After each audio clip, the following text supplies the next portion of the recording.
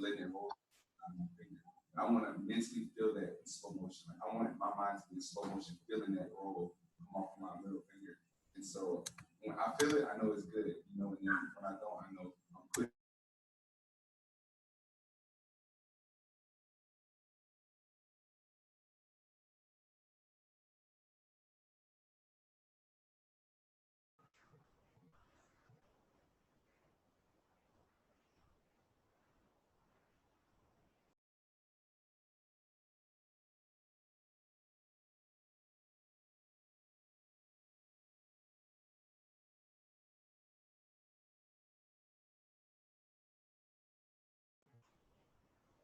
Thanks for the mistake fix, Glenn, yesterday.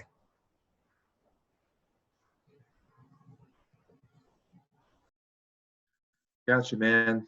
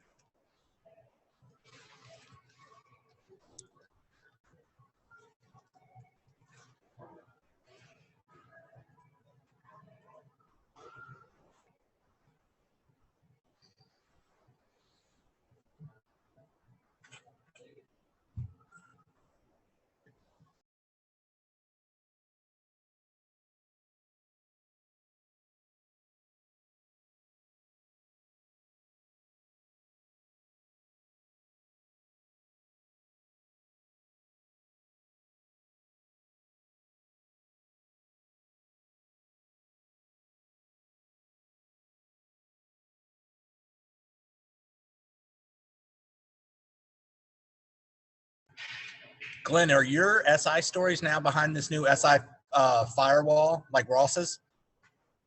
Yeah, pretty much. Oh, well, no. What do you mean by firewall? Like subscription based Like stuff? subscription based, yeah. Oh no, not yet. They're planning on trying to get us to do that, but they're kind of dragging their feet on it. I'm not sure when that's going to happen. Gotcha.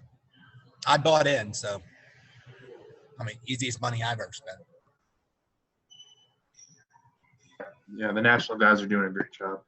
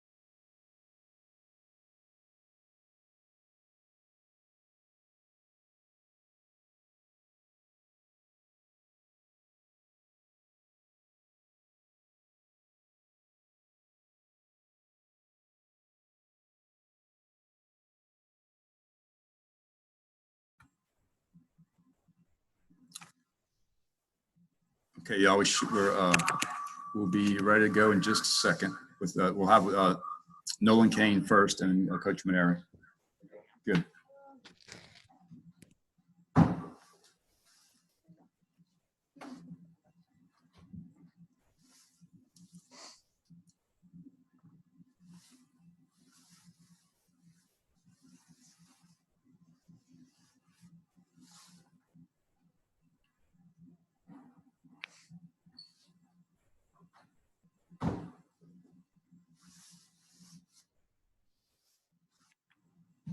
Okay, I think, all right, Nolan's all set. We'll go ahead and again, follow the order in the chat. If you have a question, just indicate that in the chat. We'll start first with Wilson. Hey, Nolan, good to see you. Hope you're doing well. Yeah, everything's going good. Wanted to ask you a little bit about how this freshman class came together through recruiting. Eddie said something about how that is this correct, that this is like sort of the first class, one of the first classes you had that you were able to recruit since like their freshman years of high school? I mean, how long has this sort of been in the making? Yeah, so the other class I brought in, some of them were maybe partly put together or already had one or two players committed. And then I kind of took it the rest of the way. But yeah, this is the first one that I took from start to finish, and was able to see those 8th graders going into 9th grade, or those 9th graders going into 10th grade when I started recruiting all these kids. So yeah, this is the first one from start to finish, and a lot of these kids that we're talking about were some of those earlier commitments, because that's what we've been forced to do around the country is, go after the best players young. As crazy it is now, collecting 20-25 names to see this summer. So that's how it all starts. Did you foresee this kind of production as you were recruiting them so early? I mean, yeah, you recruit them and you see them, and it's not just the tools, it's the performance. And then it's, what are their families like, and what are they like, and their competitiveness, and so on and so forth. So I think the biggest thing was, how many of these guys were we going to get to school? And, we sat in pins and needles, and obviously a 5-round draft helped us out a lot. Kids had big numbers and had big aspirations and wanted to be first rounders. And some of them knew that may not happen. Dylan Cruz took his name out of the draft. He wanted to be at LSU. Yeah, it's been exciting to see so far. I was joking around the other day. It's like, I've known these kids so long. I've known these families so long. When they've hit their first homer and they're coming around the bases, I almost want to hug them. You know what I'm saying? So yeah, just been around them for so long. Nolan, how difficult is it to project what an 8th and a 9th grader is going to look like 4 years from now? Because that's big of a, that's when the kids hit their growth spurt. They could grow 5 inches or, those kind of things. How difficult is it to project that this freshman or this sophomore is going to be this by the time he gets on campus? It's very difficult. I mean, you're looking for obviously the best players, but you want to make sure they're not too far down the line physicality wise. You want to make sure there's still some projection, whether that's the body type, long and lean and wiry, those kind of things. But there's also those later developers too. I mean, Garrett Edwards, Will Helmers, those guys didn't commit until they were going into their senior years. So it happens differently for kids along the way. And that's the tough thing to figure out. But I do know this, when you're recruiting young players and you're trying to get the best players in the country, you have to go grab 4, 5, 6 of them pretty early. What's your no-go where I'm not going to talk or try to recruit this age? Do you have a cutoff age limit for yourself? I'll start following some kids on like Instagram and Twitter just to let them know I know who they are. But, we used to not offer a kid until he was in 9th grade. And then this last couple of summers, we've offered some kids that were in 8th grade that were going into 9th grade, that were going into their freshman years.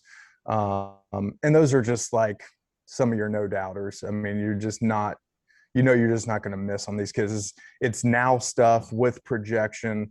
And basically with some of those kids, it's just, are we going to get them to campus? Are they going to be a first rounder, or are they coming to school? And that's kind of what you're looking for at that age. Hey, Nolan, this is Glenn West. Good to be talking to you again. talk a little bit about, I mean, I know football and basketball is always big on recruiting Louisiana, but I mean, you talk about just this class in particular, Trey Morgan, Will Helmers, just a couple of the guys that are from, this state. I mean, just how good is the talent in baseball in this state for those of us who just might not know it, and just kind of how big of a recruiting point is that for you guys to really, recruit some of the, top baseball prospects in Louisiana? I mean, we've always got to get the best players in Louisiana, especially those kids that truly want to be at LSU. And there's a lot of them out there. The baseball in the state is spectacular. You've got those parts of New Orleans, and then the Mandeville area has really been developing the last couple of years. Lafayette's always had talent. Baton Rouge has had talent. Alexandria, you get into Lake Charles. I mean, the 3 high schools over there, the 3 main ones, I mean, there's talent in every class over there that way. Obviously, with it being towards the border of Texas, you would imagine that they're playing some pretty good talented baseball and competition from the time that they're 10, 11, 12 years old. So the state of Louisiana is in a great place baseball-wise, and there's some really awesome high school baseball coaches, and there's some really good summer programs that take a lot of pride in developing and getting these kids opportunities to get in front of college, recruiting coordinators and camps and, all the tournaments and showcases that go on here. But Louisiana is definitely a hotbed for baseball across the country. I mean, you look right now, I think a few of those high schools in the state of Louisiana are in the top 50 max preps high school programs in the country right now. So Nolan, I mean, going back a ways, like when did y'all first identify Dylan, and then how did his recruitment sort of go until he, that point when he actually withdrew his name from the draft? So it's funny. So I got the recruiting coordinator job in a dead period, so we couldn't go out on the road, couldn't recruit anything. I was just literally on the phone with anybody and everybody that wanted to talk to me. I was just trying to build a network, and I got a phone call from Gerber with the Scorpions, and he called me and he said, "Hey, listen, this is the best player I've ever had." And I had heard that a lot, and he sent me some video, and he was actually the first kid we ever had on an unofficial, the first kid I ever had on an unofficial visit. He came up in, back then you could have kids before their junior year on campus for visits, and he came up on an unofficial visit in February of his freshman year. I had never seen him play, just saw video. We built a great relationship. We talked on the phone a lot. We were in Omaha that year in 2017. I was like, "Hey man, I'm going to get out there and see you. I promise." We're just in the College World Series. "Yeah, I know. I'm just anxious for y'all to see me." And literally the season was over with, landed in Baton Rouge and flew to Atlanta. And I think I probably saw him play 16 out of 20 days over there, because he played in multiple age groups, and then saw him play 15U Team USA trials, and he went on to win a gold medal. And when he got back shortly afterwards, he committed. And then similarly with Trey Morgan, I heard you on the Colada show the other day say that AD went to go see somebody else and came back and said, "You got to look at this Morgan." How did that relationship then build after AD found him?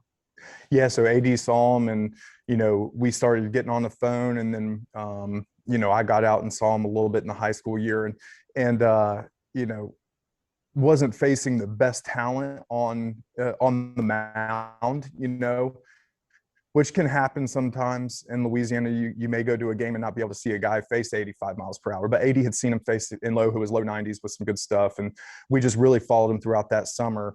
And I remember it was at PBR Future Games. He just went off against really good pitching, and we just couldn't wait to get him back down in Louisiana and get him on campus here at LSU for an unofficial visit. Got him on campus, did the unofficial visit. Coach Maineiri spent a lot of time with him and his family, went to a football game, did the whole thing, and then shortly afterwards he committed to us. So yeah, they take time.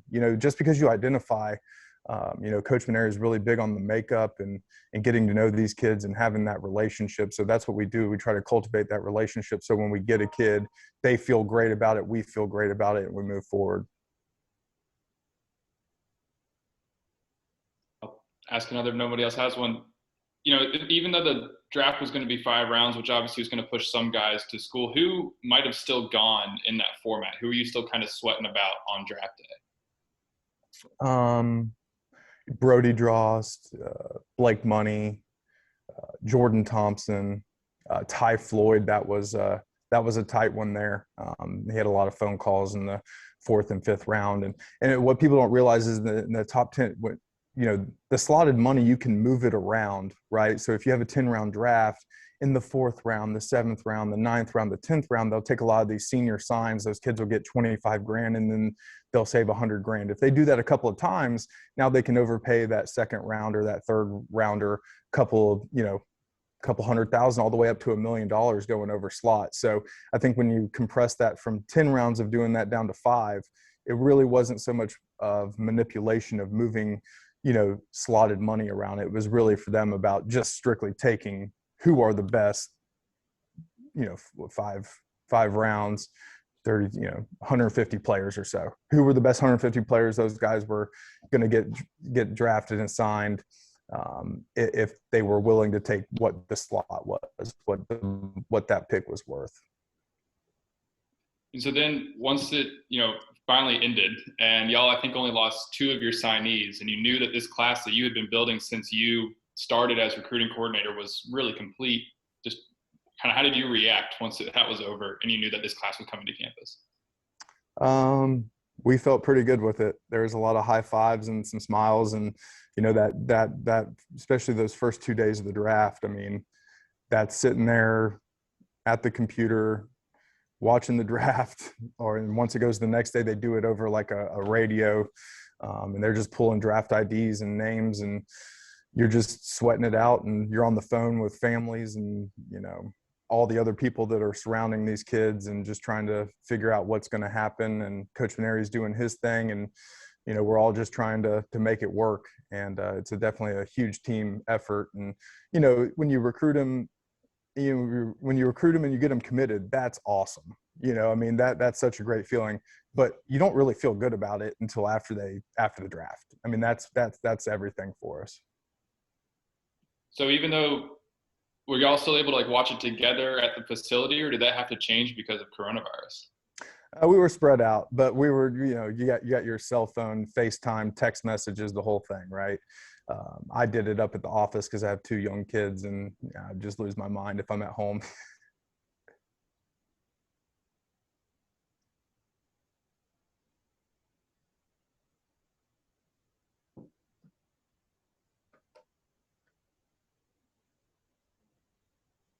You're on mute. You're on. Yeah. Anyone else? Good?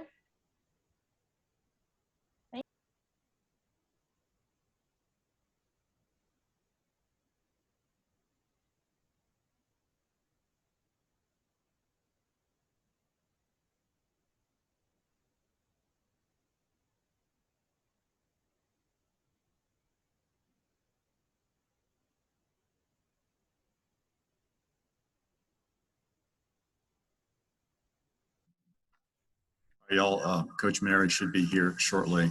If you haven't seen it yet, we just put out a brief note that the game tomorrow, game time will now be 1 p.m. tomorrow. We're expecting a lot of rain tomorrow night. So the LSU Oral Roberts game tomorrow is going to start at 1 p.m. And then game 2 on Saturday at 3 and game 3 on Sunday at 2. And those are the original start times for those 2 games. But tomorrow's game Literally just got the has email. been moved from 7 p.m. to 1 p.m. tomorrow.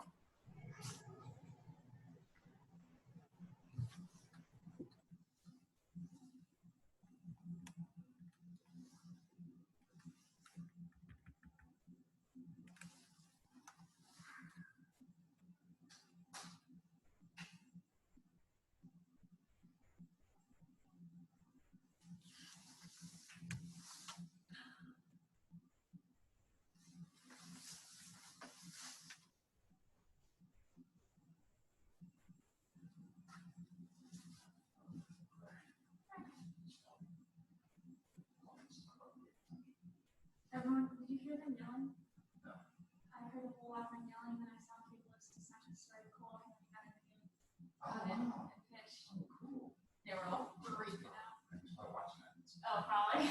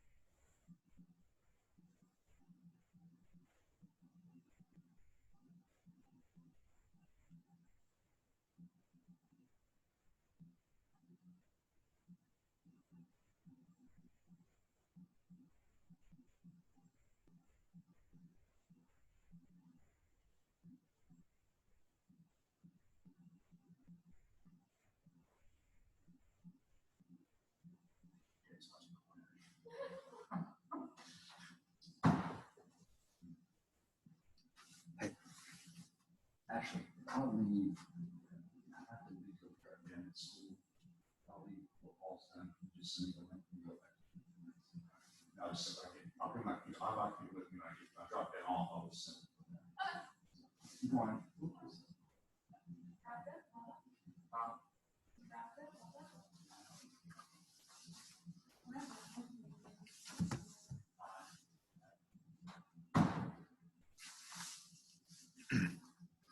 All right, so similar to last time when Zach Hess was on TV, Cole Henry is now on TV.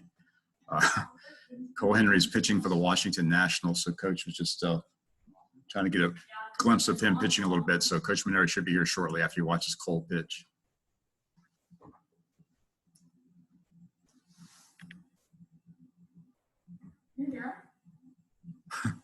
Gives us time to post about the game time change, so it works out. Good.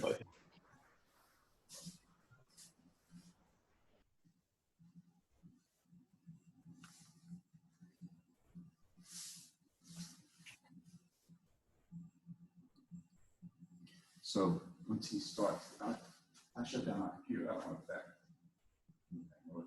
You just have to leave the meeting instead of ending the meeting. So I leave the meeting and leave. If you leave the meeting, it'll be fine.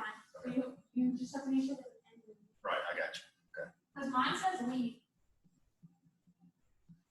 Mine says leave. But you're still a host. You're still. Mine is recording. Yeah, and yours is recording, and you are a host according to my thing.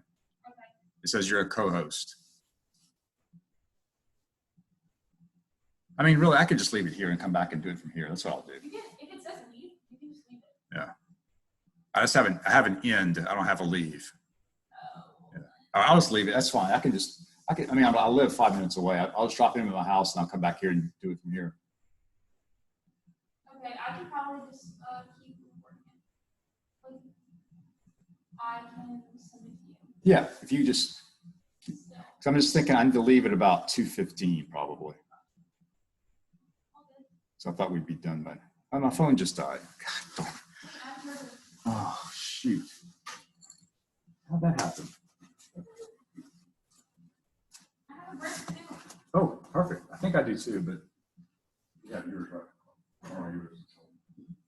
I want my cards. Okay, well, just means me.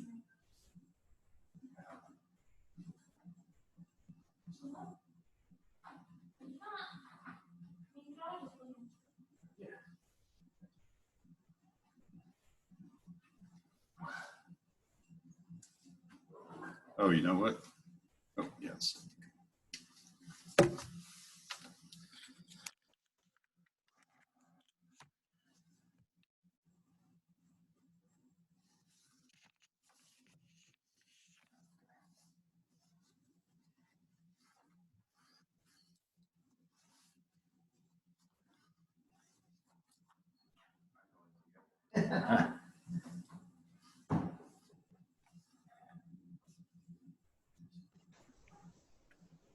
All right, guys. Coach is. Hello, everybody. We'll start with David to be first, and we'll just follow the order of the chat. Thank you. Coach, David from Rivals. It's a weird question, so let me set the scene for you for a second. The LSU beach volleyball team is ranked #1 in the country. The coach just broke up his top duo to try to get better balance. And the first thing I thought of was the 2009 lineup change, where your team was going great, but you had the bigger picture of playing for a national title. I'd like to get your thoughts back then of what was the purpose of you had a bigger picture in mind down the line, and just why make a change to a team that was doing well and you ended up winning a national title. Just kind of put me in that process of your mind when you made that change. You're bringing back a long time ago, David. A lot of people thought I was crazy. A lot of people thought I had lost my marbles. A lot of people within my own staff thought I had lost my mind. But I knew in my heart it was the right thing to do. It wasn't that I didn't think DJ LeMahieu was a good shortstop. He was. He had started 100 straight games for us between 2008 and the first 40 games of 2009. It wasn't that I didn't think that Ryan Schimpf was a good second baseman. He had started the same amount of games as DJ, had started short. Ryan had started at second base. But I had a kid that I thought was really special in Austin Nola. I thought he was a really special shortstop. One that comes along, not I don't want to say once in a lifetime, but once, in a period of time where you just knew he brought something very unique to the team and that he could make you better. And I also knew that in the last 4 weekends of our season, we had, of course, 12 games in the last 4 SEC series. And looking ahead in the teams we were going to play and the pitchers I thought would be in the rotations for those 4 teams, we were going to face 8 left-handed pitchers out of those 12 pitchers.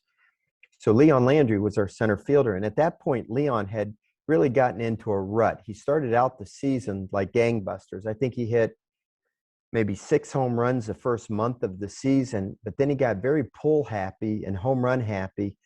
And he kind of got himself into a rut where he started to struggle against left-handed pitching very badly. And it looked to me like he was spiraling and was never going to get out of it, and at least not that year. He did get out of it in his sophomore year and went on to a great career in his sophomore and junior years. That was his freshman year. No, I'm sorry, his sophomore year. This was his sophomore year. He got out of it in his junior year and went on to have a great season. But I just felt that if we put Austin Nolan at shortstop and LeMahieu at second, it would strengthen our infield defense. I thought if we put replaced that Nola in the lineup with Leon and take Leon Landry out, that we wouldn't have hurt ourselves offensively that much. But I thought it would really strengthen ourselves defensively in the infield. And so I decided to go for it. Probably the most nervous I've ever been coaching a baseball game was the Tuesday night that we played Southeastern Louisiana after we decided to make that change. And I told all of those kids on Monday in individual meetings. And then I had a team meeting and told the team what we were going to do. I can't say that a lot of the players on the team agreed with the decision either. And then on Tuesday night, Austin Nola made about a half a dozen plays, including turning 3 double plays, including making the last play of the game on a do-or-die chopper in the infield with the potential tying run at third base with 2 outs in the 9th inning. From that point on, everybody on the team understood why I made the decision. And we went, I believe we went 28-5 the rest of the way and won the national championship. So I would have to classify that as probably the boldest decision that I've ever made. But I just thought, as good as we were, I think we were ranked 5th in the country at the time. And I think we were 28-12. I just felt that we could be better. And the goal was to win the national championship. The goal wasn't just to get to Omaha. And I just thought, without great risk does not come great reward.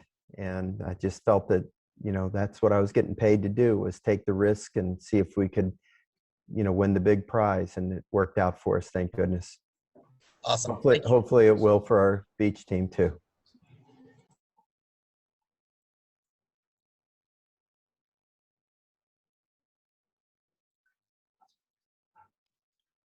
So Paul, this freshman class that we've talked about so much, obviously we just got to talk to Nolan about it. And he said this was the first class that he had control of start to finish.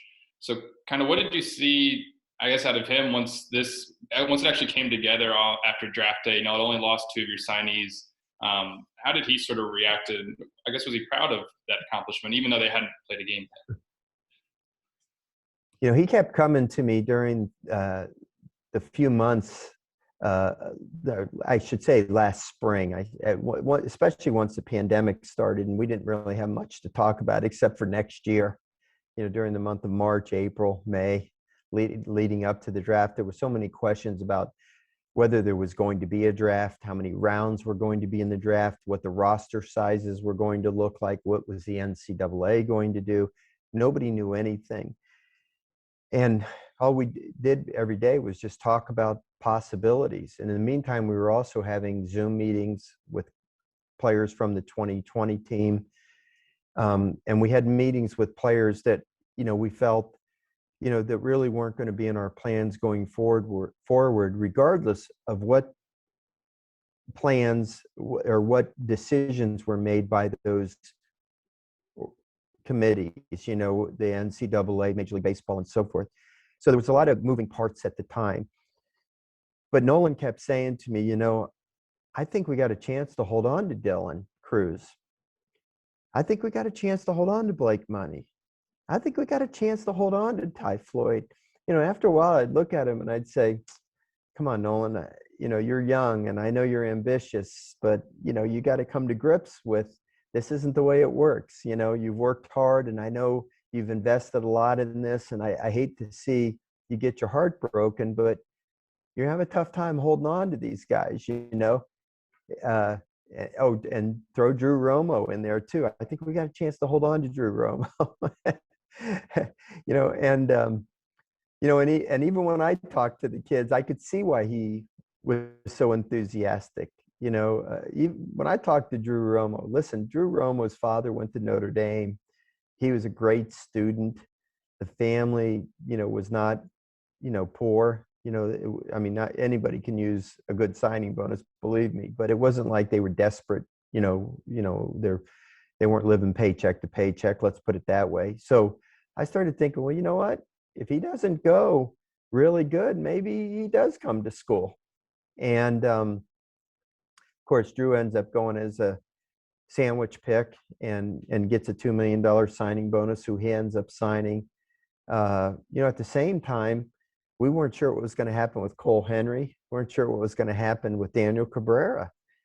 And Daniel Cabrera was about 5 minutes away from saying that he was coming back to school. And now we had a situation where, oh my goodness, how are we going to fit everybody on the roster within the 11.7 scholarships too? So, the pendulum kept swinging back and forth. Like, you got to make, this is the life of a college baseball coach normally. Now it's like, really swinging in a pretty significant way. You want to have a team that's good enough to win, but at the same time, you have to play within the rules. You can only have so many players on your team. You can only have so many scholarships and so forth. And so everything ended up working out great. And Nolan was thrilled and I was thrilled. And I can still remember when Dylan Cruz called me. I was driving on Perkins Road and my phone rang and I saw the caller ID. And I literally pulled off the road and into a parking lot and took a big, deep breath before I answered the phone. And I said, hello. And it was Dylan. And he said, hey, Coach, I just want to tell you something. I've thought this thing over and I've decided to pull out of the draft. I definitely want to come to LSU. And I basically went, Dylan, can you just hold on for a second? And I covered the receiver and I went, yeah. And I said, well, I think you made a really good decision, Dylan. And congratulations for being so decisive and knowing what you want in your life and not letting money dictate everything in your life and following your heart. And I truly believe that because you're following your heart, that everything is going to work out the way it's supposed to for you. And I really did mean that. And I still feel that way. And I will always feel that way. The thing about Dylan and the thing about Trey and the thing about Brody is not only are they very, very talented players, I can say the same thing about Blake Money and Ty Floyd and really all of them. Not only are they very talented players, but their attitudes are tremendous. There's not an ounce of prima donna in any of them. They have great work ethic. I think Eddie Smith would tell you this. Alan Dunn would tell you this. Nolan Cain would tell you this. They're consummate team players. They root for their teammates. They get as much enjoyment out of the accomplishments of their teammates as they do for themselves. These are the same characteristics that Alex Bregman had when he was here.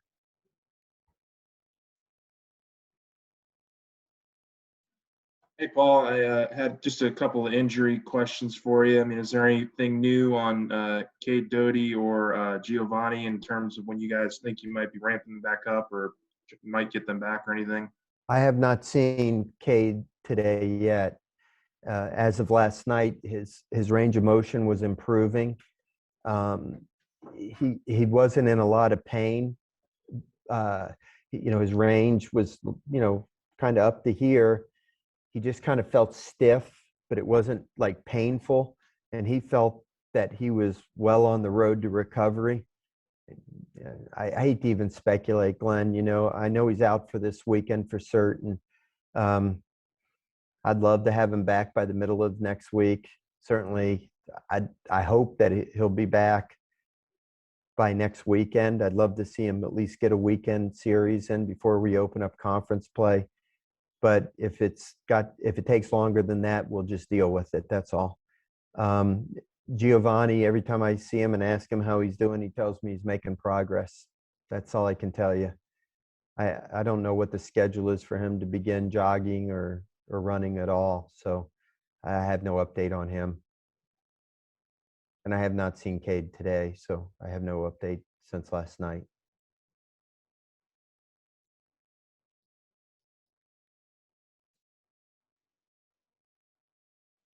A similar injury question. How did the test results come back on Matthew Beck? Where's he at? Wilson, I don't know how to put this. Yeah, there's some reason for concern. It's not a complete tear of his UCL, but there's a little bit of damage there. We don't know if it's an old injury. We don't know if it's just something that's been aggravated, that's always been there, or if it's something new. But he'll be out for a few weeks, and then we'll see, how it feels when he begins throwing again. The news could have been better, could have been worse. So we're just going to have to kind of give it some time and see how it'll be. I won't have any news on him for a few weeks, I'm sure.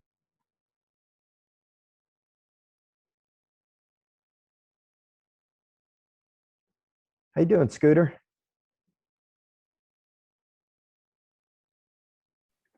I had to unmute first. Sorry. Yeah, all I can see is your forehead, but that's okay. You got a wonderful forehead. How's this? That There better? you go. Okay. Would you have ever figured to be leading the nation in home runs right now? And after that, what are you looking for this week? Well, first of all, I never had as a goal for us to be leading the nation in home runs, so never really thought about it much.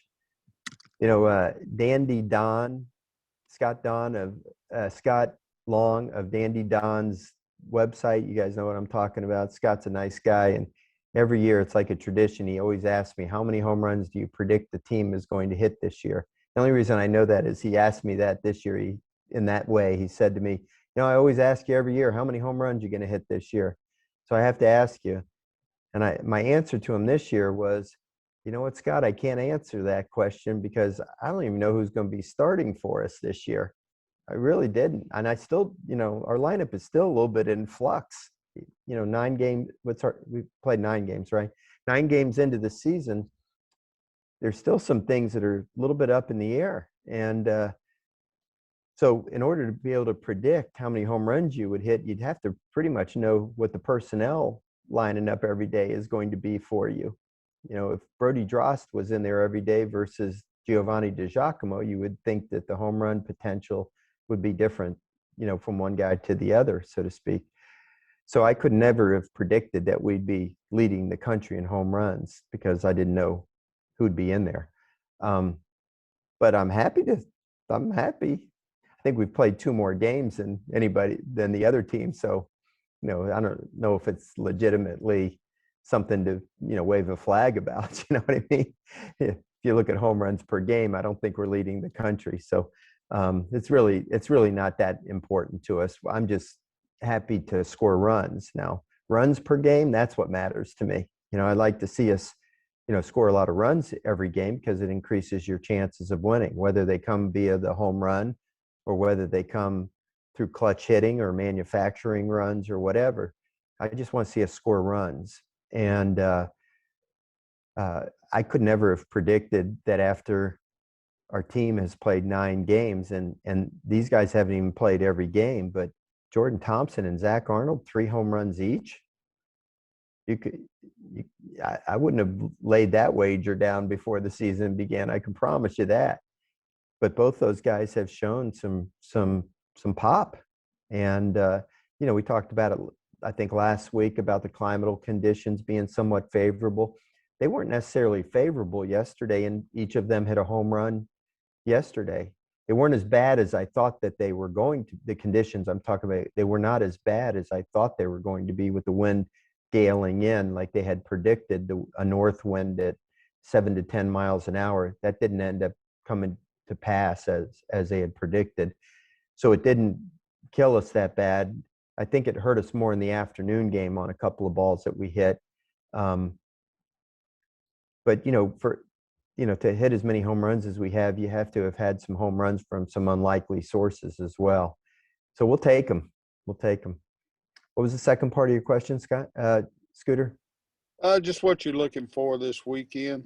The normal. Well, this is the first time, and potentially the only time, and I say potentially because next weekend we play UTSA Friday, Baylor Saturday, and UTSA Sunday. But I got a call today from the Baylor coach that asked if they can find a home series next weekend. Would he let us out of the Saturday game so that they could play a home series, because a lot of teams are getting canceled. And we had, done them a favor adding them in on the Saturday game. But I told him, hey, if you can find a home series, go ahead.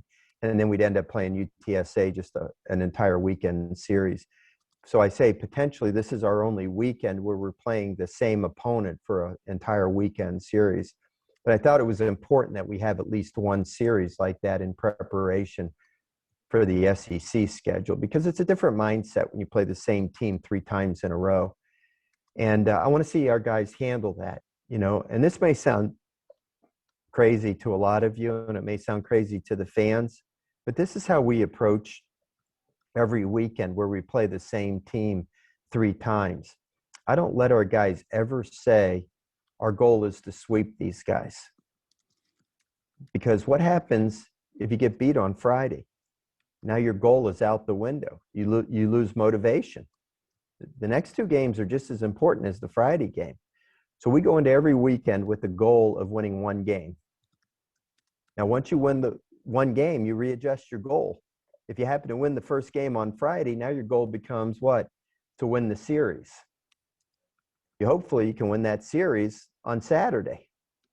And if you happen to win the first 2 games of the series, now you adjust your goal again, and now your goal is to sweep the series, which you can do on Sunday. But if your goal is to win the series and you get beat on Saturday, you still have a chance to win that series on Sunday. If your goal is to just win 1 game and you get beat the first 2 games, the goal is still intact for Sunday. So every game is important. And, when you play 30 of them and you're only in your first weekend of the season against Mississippi State, regardless of how that weekend turns out, whether you win 1, 2, 3, or get swept, you're still going to have 27 games to play in conference. And you haven't won any titles, and you don't throw in the towel. So you just have to kind of get your guys into a mindset that you just take them 1 game at a time. And I think when you play the same opponent all weekend, it's good practice to get into that mindset that, okay, we played this game, we left it all out there on the field. Now let's celebrate the victory until midnight. Let's diagnose it. Let's analyze it until midnight. And then when midnight comes, a new day starts. Let's turn the page and get ready for a new day. And that's how we're going to treat this weekend. And hopefully that'll be successful for us this weekend, and it'll prepare us well for the SEC schedule. Oral Roberts, by the way, has a very rich tradition in the sport of baseball. I meant to look it up today, but I thought I read where they've won their conference like maybe 10 consecutive years or something to that effect. Bill, did you ever look? Oh, Bill's not in here. Bill left. I want to say they've won their conference like 10 years in a row or something. So they have had a rich tradition in baseball. And I know the record is not stellar right now. I think they're 2-5.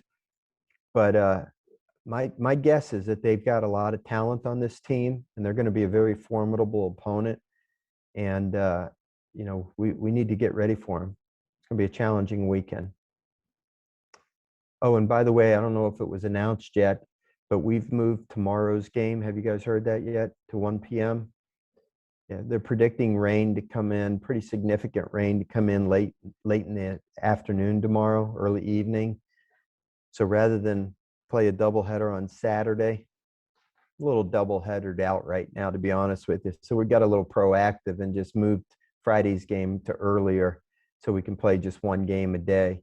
So we're going to play at 1 o'clock tomorrow. I don't think Saturday and Sunday's game will be affected at all, so we can keep those as scheduled.